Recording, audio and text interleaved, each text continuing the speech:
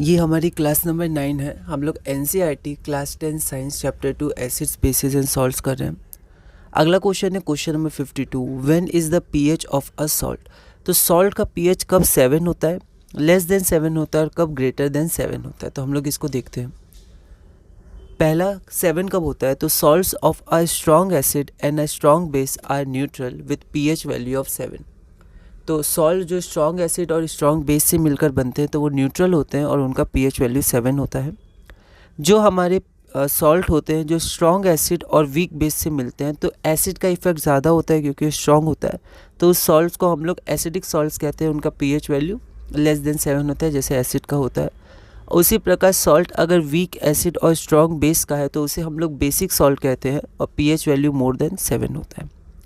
तो यहाँ पर एसिड, बेस, सॉल्ट और उसका पीएच वैल्यू का एक मैंने टेबल बनाया है। अगला है question number 53, what is the chemical name and formula of the salt we use in our food. The chemical name of the salt that we use in our food is sodium chloride. Its chemical formula is NaCl and it is also known as common salt.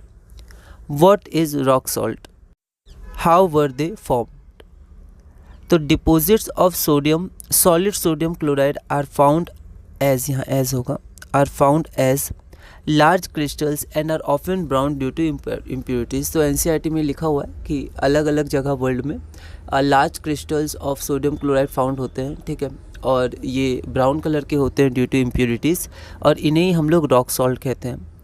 Beds of rock salt were formed when seas of bygone ages dried up. तो ये कैसे बने, तो पहले जब समुद्र dry up हो गए, ठीक है, सूख गए बहुत पहले, तो फिर ये रॉक सॉल्ट का फॉर्मेशन हुआ क्योंकि सी वाटर में सॉल्ट होता है और ये रॉक सॉल्ट का जो माइनिंग होता है वो कोल की तरह होता है।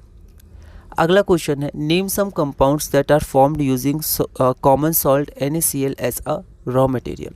तो NaCl रॉ मटेरियल का यूज़ करके किन कंपाउंड्स का फॉर्मेशन होता है, कुछ कंपाउंड्स के नाम हमें देने हैं। एनसीईआरटी एग्जाम्पलर का भी एक क्वेश्चन था, हम लोग देखेंगे।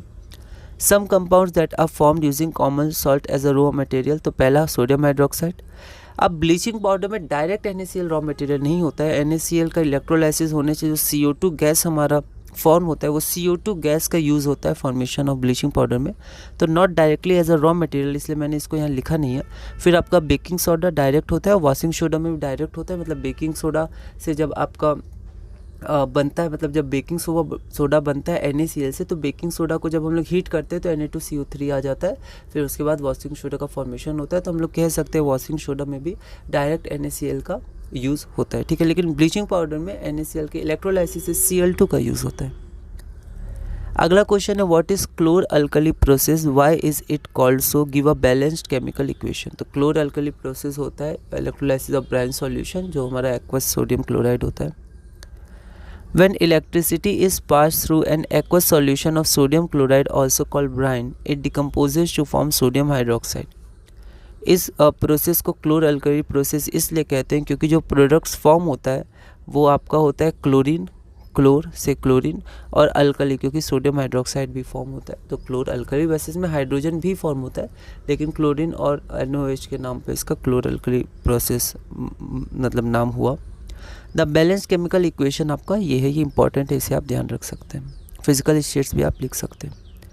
इन द क्लोर अल्कली प्रोसेस, पहला at which electrode chlorine gas is liberated, दूसरा at which electrode hydrogen gas is liberated, और तीसरा near which electrode sodium hydroxide solution is formed.